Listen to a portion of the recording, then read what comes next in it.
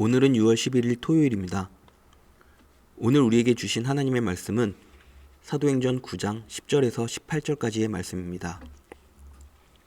그때에 다메섹에 아나니아라 하는 제자가 있더니 주께서 환상 중에 불러 이르시되 아나니아야 하시거늘 대답하되 주여 내가 여기 있나이다 하니 주께서 이르시되 일어나 직가라 하는 거리로 가서 유다의 집에서 5사람 사울이라 하는 사람을 찾으라. 그가 기도하는 중이니라. 그가 아나니아라 하는 사람이 들어와서 자기에게 안수하여 다시 보게 하는 것을 보았느니라 하시거늘 아나니아가 대답하되 주여 이 사람에 대하여 내가 여러 사람에게 듣사온즉 그가 예루살렘에서 주의 성도에게 적지 않은 해를 끼쳤다 하더니 여기서도 주의 이름을 부르는 모든 사람을 결박할 권한을 대제장들에게서 받았나이다 하거늘 주께서 이르시되 가라. 이 사람은 내 이름을 이방인과 임금들과 이스라엘 자손들에게 전하기 위하여 택한 나의 그릇이라. 그가 내 이름을 위하여 얼마나 고난을 받아야 할 것을 내가 그에게 보이리라 하시니 아나니아가 떠나 그 집에 들어가서 그에게 안수하여 이르되 형제 사울아 주 곧 내가 오는 길에 나타나셨던 예수께서 나를 보내어 너로 다시 보게 하시고 성령으로 충만하게 하신다 하니 즉시 사울의 눈에서 비늘 같은 것이 벗어져 다시 보게 된지라. 일어나 세례를 받고. 아멘. 주님의 말씀이니 따릅니다. 주님의 제자인 아나니아는 어느 날 환상 중에 주님의 명령을 받습니다. 다메섹 도상에서 시력을 잃은 사울이라는 청년을 찾아가 안수하여 다시 보게 하라는 것입니다.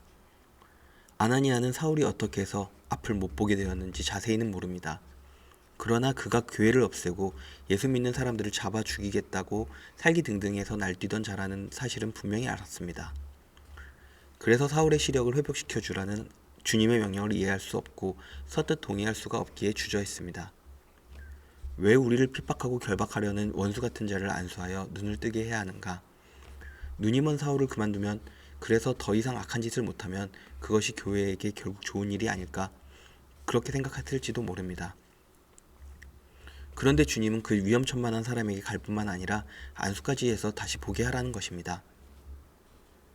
아나니아도 나름의 생각과 주관이 있습니다. 하지만 그는 그럼에도 순종하는 사람이었습니다. 결국 아나니아는 잠시 자신의 생각을 내려놓고 사울을 도왔습니다. 그래서 대적자였던 사울이 이방인의 구원을 위한 하나님의 택한 그릇인 바울이 되게 했습니다.